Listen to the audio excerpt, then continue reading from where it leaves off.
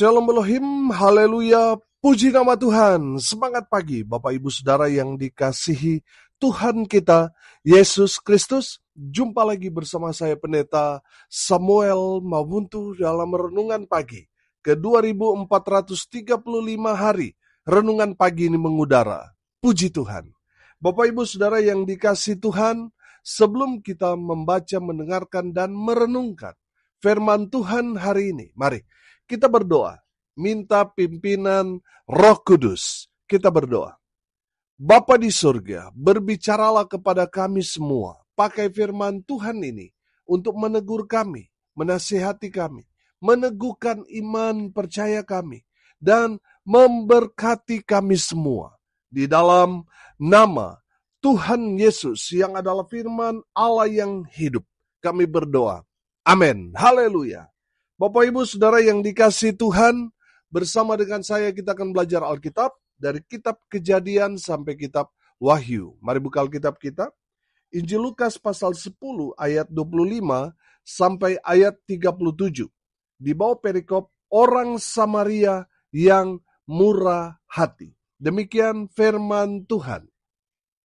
Pada suatu kali berdirilah seorang ahli Taurat untuk mencobai Yesus. Katanya, Guru, apa yang harus kuperbuat untuk memperoleh hidup yang kekal? Jawab Yesus kepadanya, apa yang tertulis dalam hukum Taurat? Apa yang kau baca di sana? Jawab orang itu, kasihilah Tuhan Allahmu dengan segenap hatimu dan dengan segenap jiwamu dan dengan segenap kekuatanmu dan dengan segenap akal budimu. Dan kasihilah sesamamu manusia seperti dirimu sendiri. Kata Yesus kepadanya, jawabmu itu benar. Perbuatlah demikian, maka engkau akan hidup.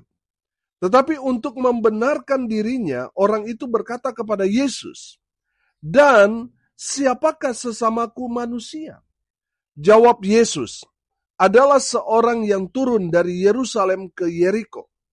Ia jatuh ke tangan penyamun-penyamun yang bukan saja merampoknya habis-habisan, tetapi yang juga memukulnya, dan yang sesudah itu pergi meninggalkannya setengah mati. Kebetulan ada seorang imam turun melalui jalan itu. Ia melihat orang itu, tetapi ia melewatinya dari seberang jalan. Demikian juga seorang Lewi datang ke tempat itu. Ketika ia melihat orang itu, ia melewatinya dari seberang jalan. Lalu datang seorang Samaria yang sedang dalam perjalanan ke tempat itu. Dan ketika ia melihat orang itu, tergeraklah hatinya oleh belas kasihan. Ia pergi kepadanya lalu membalut luka-lukanya.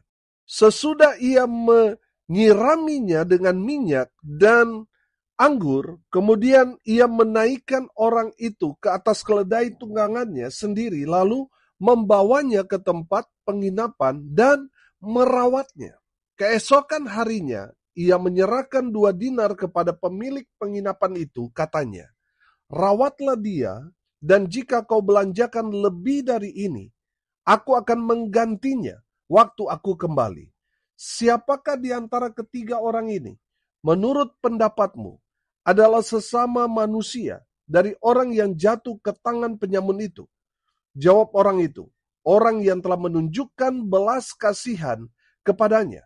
Kata Yesus kepadanya, pergilah dan perbuatlah demikian. Amin. Haleluya.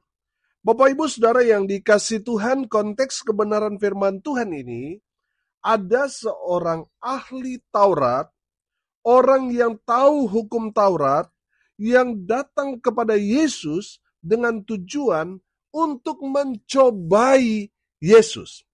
Saudara yang dikasihi Tuhan, perhatikan bahwa ahli Taurat ini bertanya pada Yesus, Guru, apa yang harus kuperbuat untuk memperoleh hidup yang kekal? Tuhan Yesus tahu bahwa ahli Taurat ini hendak mencobainya. Makanya Tuhan Yesus bertanya balik kepada ahli Taurat itu. Apa yang tertulis dalam hukum Taurat? Apa yang kau baca di sana?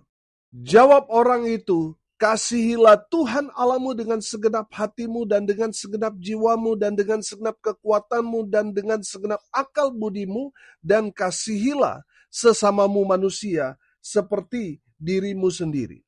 Bapak Ibu Saudara yang dikasihi Tuhan, perhatikan kata Yesus kepadanya di ayat 28, jawabmu itu benar, perbuatlah demikian, maka engkau akan hidup. Tetapi untuk membenarkan dirinya, orang itu berkata kepada Yesus, dan siapakah sesamaku manusia? Saudara perhatikan, orang sekelas ahli Taurat tidak paham, tidak mengerti tentang sesamanya manusia. Makanya Tuhan Yesus memberikan ilustrasi ini, supaya ahli Taurat ini mengerti apa arti firman Tuhan tentang sesama manusia. Bapak Ibu Saudara, saya menangkap di sini bahwa ahli Taurat ini, kalau di bidang rohani ini sangat-sangat luar biasa. Dia menjalani kehidupannya sebagai seorang yang ahli di bidangnya dalam hukum Taurat. Tapi sayang, dia tidak mengerti sesamanya manusia itu siapa. Bapak Ibu Saudara, ada berapa banyak orang Kristen seperti ahli Taurat ini yang melaksanakan kegiatan rohani, ibadahnya luar biasa, tetapi apa? Tidak mau peduli dengan sesama. Kalau kita rohaninya bagus, dipandang orang kita orang yang taat beragama, beribadah, tetapi kalau kita acuh tak acuh dengan sesama kita yang sedang ada dalam kesusahan, kita tidak beda jauh dengan ahli Taurat ini, yang memiliki hubungan rohani yang luar biasa, tetapi dia tidak mau tahu dengan orang-orang yang ada di sekitarnya yang membutuhkan pertolongan. Saudara yang dikasihi Tuhan, perhatikan di firman Tuhan ini, Tuhan Yesus menjawab pertanyaannya dengan ilustrasi. Di ayat 30 sampai ayat 37. Ada seseorang yang dirampok. Semua barangnya dirampas. Orang itu dipukuli sampai babak belur. Sekarat, hampir mati. Orang itu hanya dibiarkan di pinggir jalan oleh perampoknya dalam kondisi yang sudah sekarat, sudah mau mati, saudara. Saudara perhatikan ayat 31. Kebetulan ada seorang imam turun melalui jalan itu. Ia melihat orang itu, tetapi ia melewatinya dari seberang jalan. Saudara yang dikasihi Tuhan, perhatikan bahwa ada seorang imam. Imam ini bukan orang sembarangan. Biasanya imam di bait suci itu adalah keturunan dari Harun. Mereka ditugaskan untuk melayani di ruang Maha Kudus. Saudara yang dikasihi Tuhan, perhatikan bahwa imam ini turun melalui jalan itu. Dia lewat jalan itu, dia melihat orang itu, tapi dia melewatinya dari seberang jalan. Artinya dia menghindar. Saudara yang dikasihi Tuhan, perhatikan ayat 32, orang kedua yang lewat di jalan itu adalah orang Lewi. Orang Lewi ini juga orang yang melayani di bait suci. Orang Lewi ini, kalau dalam konteks sekarang, mereka ini hamba-hamba Tuhan. Amin. Mereka bisa saja pendeta, bisa saja majelis. Kalau dalam konteks sekarang ini. Nah, saudara, orang Lewi ini, dia juga datang ke tempat itu, dia juga melihat orang itu, dan dia melakukan hal yang sama-sama seperti imam tadi. Dia hanya melewatinya dari seberang jalan. Saudara yang dikasihi Tuhan, perhatikan orang ketiga. Orang ketiga itu bukan imam, bukan orang Lewi, tapi orang Samaria. Kita tahu bahwa orang Samaria dan orang Yahudi ini bermusuhan, saudara. Walaupun mereka ini sebangsa, bangsa Israel. Orang Yahudi menganggap orang Samaria ini adalah produk daripada kawin campur. Mereka bukan orang Israel asli. Dan mereka membuat satu tempat untuk mereka tinggal, komunitas mereka berbeda dengan orang-orang Israel yang tinggal di Yerusalem. Penyembahan mereka juga ini berbeda. Orang Samaria pusat penyembahan mereka atau tempat mereka beribadah di Gunung Gerisim. Sementara orang-orang Yahudi di Yerusalem. Saudara, orang Samaria juga membuat bait suci tandingan di Gerisim. Saudara, membuat mereka ini semakin kontradiksi satu dengan yang lain. Bapak Ibu Saudara yang dikasihi Tuhan, menariknya orang yang ketiga, orang Samaria yang melewati tempat di mana orang yang dirampok, yang sekarat, yang hampir mati itu, ketika ia melihat orang itu, saudara perhatikan, ayat 33, lalu datang seorang Samaria yang sedang dalam perjalanan ke tempat itu, dan ketika ia melihat orang itu apa? Tergeraklah hatinya oleh belas kasihan. Amin. Saudara yang dikasihi Tuhan, ketika orang Samaria melihat ada orang yang sudah sekarat itu, ia pergi kepada orang yang sekarat itu dan mengobatinya. Amin. Dia menyiraminya dengan minyak dan anggur. Saudara yang dikasihi Tuhan, bukan hanya berhenti sampai di situ. Dia menaikkan orang itu ke atas keledainya dan membawa orang itu yang sedang sekarat ke tempat penginapan dan merawatnya. Bapak Ibu Saudara yang dikasihi Tuhan, dari kebenaran firman Tuhan ini kita dapat melihat ada tindakan yang berbeda dari ketiga orang ini. Orang yang pertama seorang imam, orang yang kedua orang Lewi, yang notabene mereka berdua adalah pelayan-pelayan Tuhan, hamba-hamba Tuhan, orang-orang yang sangat-sangat rohani tingkat tinggi, tapi sudah perhatikan, mereka tidak tergerak hatinya untuk menolong, untuk membantu orang yang sedang sekarat.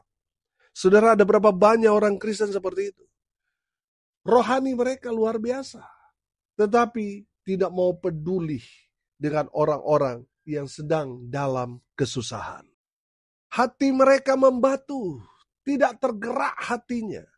Ketika ada orang atau gereja lain yang membutuhkan pertolongan, mereka menutup pintu hati mereka. Tapi kalau mau melakukan hal-hal duniawi, waduh, gereja sekarang lebih dunia daripada dunia, saudara. Saudara ngerti maksud saya? Bapak Ibu Saudara yang dikasihi Tuhan, firman Tuhan ini menegur kita semua.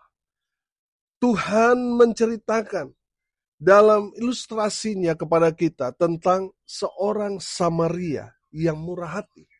Seorang Samaria yang pada saat itu tidak dianggap orang. Dianggap berlawanan dengan iman mereka. Tapi lihat, dia melakukan yang baik kepada sesamanya. Dan Tuhan mau para imam, orang Lewi, belajar dari orang Samaria ini. Mungkin dia tidak mengenal Allah yang benar, tapi tindakannya benar karena dia melakukan kasih kepada sesamanya yang sedang dalam kesusahan. Bapak Ibu Saudara yang dikasihi Tuhan, Tuhan Yesus mau kita belajar dari orang Samaria ini yang dicap orang mungkin disebut orang kafir, disebut orang yang tidak mengenal Tuhan, tapi lihat tindakannya dia benar. Dia melakukan hal yang baik kepada sesamanya. Bapak Ibu Saudara yang dikasihi Tuhan, terlebih lagi kita yang sudah mengenal Tuhan yang benar. Saudara yang mengaku mengasihi Tuhan dengan segenap hati, segenap jiwa, segenap kekuatan kita. Tuhan mau saudara mengasihi sesamamu manusia. Amin. Saudara harus menolong, membantu, jadi jawaban dari orang-orang yang sedang ada dalam kesusahan, kesulitan hidup yang ada di sekitar kita. Bapak Ibu Saudara yang dikasihi Tuhan, dari firman Tuhan ini kita belajar tentang arti kasih yang sesungguhnya. Kasih itu seperti salib. Amin. Garis vertikalnya dari atas ke bawah atau ke bawah ke atas itu bicara tentang kasih Tuhan kepada kita. Dan juga bicara tentang kita yang harus mengasihi Tuhan dengan segenap hati dan dengan segenap jiwa, segenap kekuatan dan dengan segenap akal budimu. Itu garis vertikalnya. Garis horizontalnya dari kiri ke kanan itu itu bicara tentang kasih kepada sesamamu manusia. Amin. Saudara perhatikan bahwa horizontal ini lebih pendek daripada garis vertikalnya. Karena garis horizontal ini hanya mengasihi kepada sesamamu manusia. Berbeda dengan vertikal. Kita harus mengasihi Tuhan dengan segenap itu. Makanya garisnya lebih panjang daripada garis horizontal. Bapak Ibu Saudara yang dikasihi Tuhan, kalau kita hanya mengasihi Tuhan, tapi tidak mengasihi sesama manusia, kita seperti imam dan orang Lewi ini. Mereka tahu kitab suci, mereka melayani Tuhan di bait suci, di gereja, tapi sayang, mereka tidak ada kasih kepada sesama. Saudara dengar ini baik-baik. Tuhan mau kita itu memiliki salib, memiliki kasih. Mengasihi Tuhan dengan segenap hati, segenap jiwa, segenap kekuatan kita, segenap akal budi kita. Dan jangan lupa, kita harus mengasihi sesamamu manusia. Amin. Haleluya. Saudara perhatikan ayat 36 dan ayat 37. Siapakah di antara ketiga orang ini, menurut pendapatmu, adalah sesama manusia dari orang yang jatuh ke tangan penyamun itu? Jawab orang itu, orang yang telah menunjukkan belas kasihan kepadanya. Kata Yesus kepadanya, pergilah dan perbuatlah demikian. Amin. Haleluya. Bapak Ibu Saudara, dari kebenaran firman Tuhan ini kita belajar. Kalau saudara mau memperoleh hidup yang kekal, yang saudara harus lakukan yang pertama, saudara harus mengasihi Tuhan Allahmu dengan segenap hati, segenap jiwa, segenap kekuatan, segenap akal budimu. Dan yang kedua, saudara harus mengasihi sesamamu manusia. Sebagai bentuk saudara mengaplikasikan kasih Tuhan itu kepada sesamamu. Sehingga orang-orang yang ada di sekitar saudara merasakan kasih Tuhan dalam kehidupan saudara, dalam tindakan saudara, dalam tutur kata saudara. Mereka merasakan kasih Tuhan di dalam kehidupan kita. Amin. Saudara yang dikasihi Tuhan, saya takut kalau saya mengaku saya mengasihi Tuhan, tetapi istri dan anak-anak saya tidak merasakan kasih Tuhan dalam hidup saya. Bapak Ibu Saudara yang dikasihi Tuhan, kalau saudara mengaku hamba Tuhan, orang-orang yang cinta Tuhan, sudah seharusnya orang-orang di sekitar saudara merasakan kasih Tuhan melalui hidup kita. Amin. Haleluya. Kasihilah sesamamu manusia seperti dirimu sendiri. Haleluya. Yang ketiga saudara, kita harus jadi berkat. Amin. Saudara yang dikasihi Tuhan, jangan sampai kita dicap orang rohani, kita mengasihi tetapi kita hanya mengasihi keluarga kita. Kita tidak mau jadi berkat bagi orang lain. Tuhan mau kita jadi jawaban bagi orang lain. Amin. Yang sedang ada dalam kesusahan, dalam penderitaan, dalam pergumulan. Mari kita mau jadi jawaban buat mereka. Sehingga orang-orang yang tadinya terbuang, orang-orang yang tadinya mereka tidak dipedulikan orang, mereka merasakan kasih daripada saudara. Kasih Tuhan yang mengalir dalam kehidupan saudara. Sehingga saudara tergerak hatinya untuk menolong, membantu sesama saudara yang sedang dalam kesusahan. Mereka yang ada dalam kesusahan itu, mereka merasakan kasih Tuhan melalui pertolongan saudara, melalui bantuan saudara, melalui berkat yang saudara salurkan kepada mereka. Tuhan mau kita jadi berkat buat mereka. Amin. Sama seperti orang Samaria ini. Dia bukan hanya berkata-kata. Saudara lihat, dia bertindak. Amin. Tuhan mau saudara bertindak seperti itu. Jadi jawaban, jadi berkat bagi banyak orang. Haleluya. Mari kita berdoa. Bapa di surga, kami bersyukur atas kebenaran firman Tuhan yang sangat memberkati kami. Berkati semua pendengar dimanapun mereka berada. Tuhan memberkati hidup mereka, rumah tangga mereka diberkati. Usaha, pekerjaan, pelayanan mereka dibuat beruntung, berhasil dalam segala hal. Mereka yang sakit Tuhan sembuhkan. Mereka yang lemah Tuhan kuatkan. Tuhan hibur mereka yang berduka cita. Dan berkati mereka yang hari ini berulang tahun dengan berkat-berkat jasmani dan rohani dari Tuhan Yesus. Bapak Ibu Saudara yang dikasihi Tuhan, arahkanlah hatimu kepada Tuhan dan terimalah berkat dari Tuhan Yesus. Tuhan memberkati engkau dan melindungi engkau. Tuhan menyinari engkau dengan wajah-Nya dan memberi engkau kasih karunia. Tuhan menghadapkan wajah-Nya kepadamu dan memberi engkau damai sejahtera. Di dalam nama Tuhan Yesus, sumber segala berkat. Bapak Ibu Saudara yang percaya, diberkati Tuhan, katakan amin. Puji Tuhan. Bapak Ibu Saudara yang dikasihi Tuhan, kalau saudara merasa diberkati melalui renungan pagi ini, bagikan juga kepada saudara-saudara yang lain, supaya mereka juga diberkati, karena untuk itulah kita dipanggil, untuk jadi berkat. Salam kasih dari Bali. Saya Pendeta Samuel Mabuntu. Sampai jumpa besok pagi. Tuhan Yesus memberkati kita semua. Haleluya.